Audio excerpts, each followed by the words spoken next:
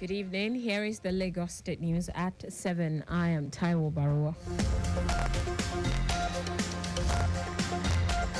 Over 1,000 people have been empowered by the Lagos State government through the Micro Enterprise Support Initiative Program of the Ministry of Women Affairs and Poverty Alleviation.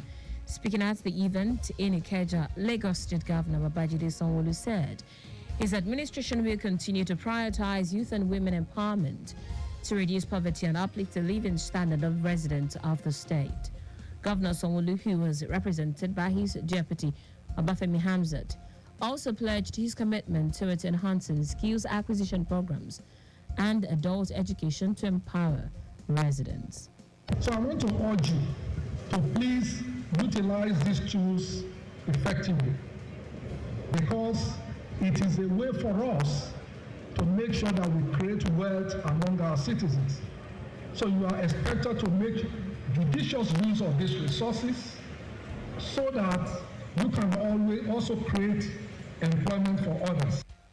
Earlier in her welcome address, Commissioner for Women Affairs and Poverty Alleviation, Bolaji Dada, explained that the initiative will encourage financial independence of the individuals and motivate them to contribute to the economic development of the state. All of this training and empowerment is for financial sustainability so that they can support their family and contribute to the social economic development of the state. I restate here the Lagos State government has zero tolerance to idleness of any form. The graduates from 19 skills acquisition centers across the state were given starter packs to further boost their skills. The Lagos State government has assured that its Red Line Rail project is on course for the planned unveiling in March, with all of its infrastructure nearing completion.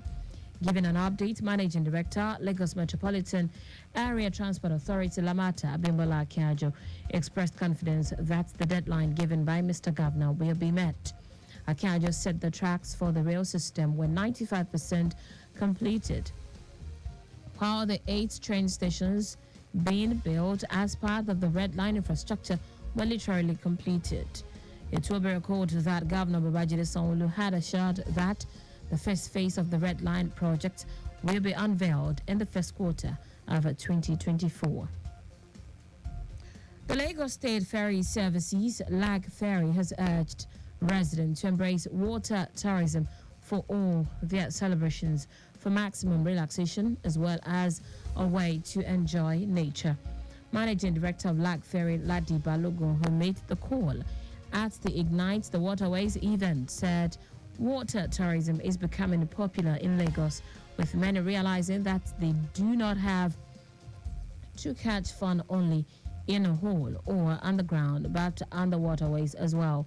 Balogun, who was represented by the Director of Administration and Human Resources of LAG Ferry, Bomi Mofulewi, said the agency will conform with the intermodal transportation agenda of the Lagos State government, as water transportation is an integral part of the agenda to reduce traffic on the roads. On his part, LAG Ferry's head of operations, Samatsa Amos, said with 24 routes and 16 jetties, LAG Ferry intends to improve its capacity to attract more customers through programs that will allow them to visit different relaxation tourist centers across the state on a monthly basis. The federal government has appealed to motorists to cooperate with traffic managers deployed to ensure hitch-free movement as rehabilitation of the third Minna Bridge commences. Federal Controller of Works in Lagos, Olukorede Kesha, made the appeal while supervising the closure of the Iyano-Woro-Shoki-Adeniji-Adeli bound section of the carriageway to traffic in company of the Lagos State Commissioner for Transportation, Oluwaseun Oshiyemi, Commissioner of Police, Adegoke Fayoade, Sector Commander, Federal Road Safety Corps, Babatunde Farinloye, and Acting General Manager, Lagos State Traffic Management Authority, Olalekan Bakare Oki. Keisha explained that the closure of the section of the bridge would be in 2 phases, each scheduled to last for 6 to 8 weeks. According to her, the closure is part of the ongoing work that started in November 2023, focusing on fixing the ramps and some repairs of the bridge, including the under-deck and sub-water sections. Kesha explained that the scope of work would include complete removal and replacement of the asphalt of the deck to the standard 2 inches to make motoring smoother and safer on the bridge. Some expansion joints have been identified as being defective. We're going to remove them and then we'll replace them during the period of these repairs.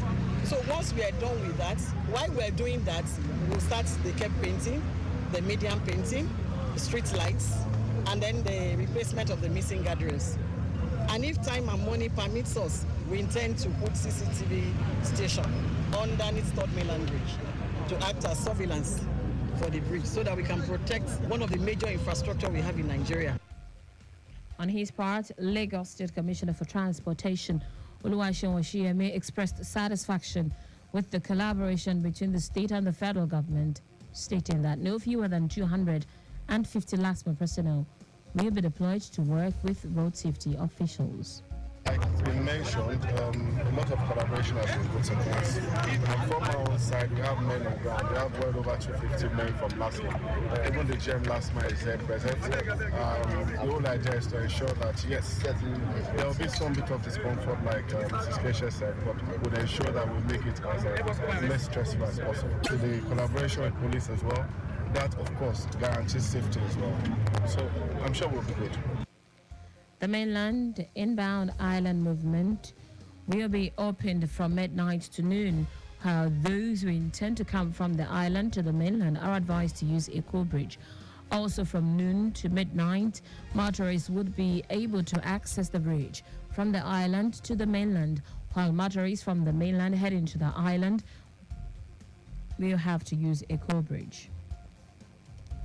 Lagos State Government has urged teachers, non-teaching staff, students and pupils in the state to make the year 2024 count for excellent performance in their various teaching and learning deliveries as schools resume for the second term of the year 2023-2024 session. The Commissioner for Basic and Secondary Education, Jamiu Ali Balogun, gave the advice when he visited some schools in Lagos to monitor student and pupils' resumption for the second term. Ali Balogun articulated a wish of the government to ensure that the limited resources of the state are deployed to ensure the safety of student pupils and school personnel in the new year. He also restated the resolve of Governor Babajide Sanwo-Olu's administration to upscale school feeding programs in public schools to boost pupils' welfare, improve attendance, and reduce the menace of out-of-school children in Lagos State. And that's it on the State News at 7. But just before we go, speed thrills but kills. Avoid excessive speeding. You can follow us and like all our various social media platforms: X, formerly Twitter, Lagos Traffic 961, Instagram, Lagos Traffic Radio 961. Watch us live on Facebook, Lagos Traffic Radio 96.1 FM. On YouTube, subscribe and watch all our previous programs and news on our channel, Traffic Radio 961.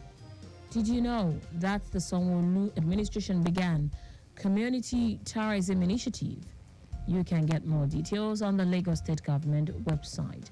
For contact with the newsroom, send a message to Lagos Traffic Radio at lagostate.gov.ng. That ends the news broadcast compiled by Adesuwa Ijoyoka. I am Taiwo Baruwa. Thank you for listening. Good evening.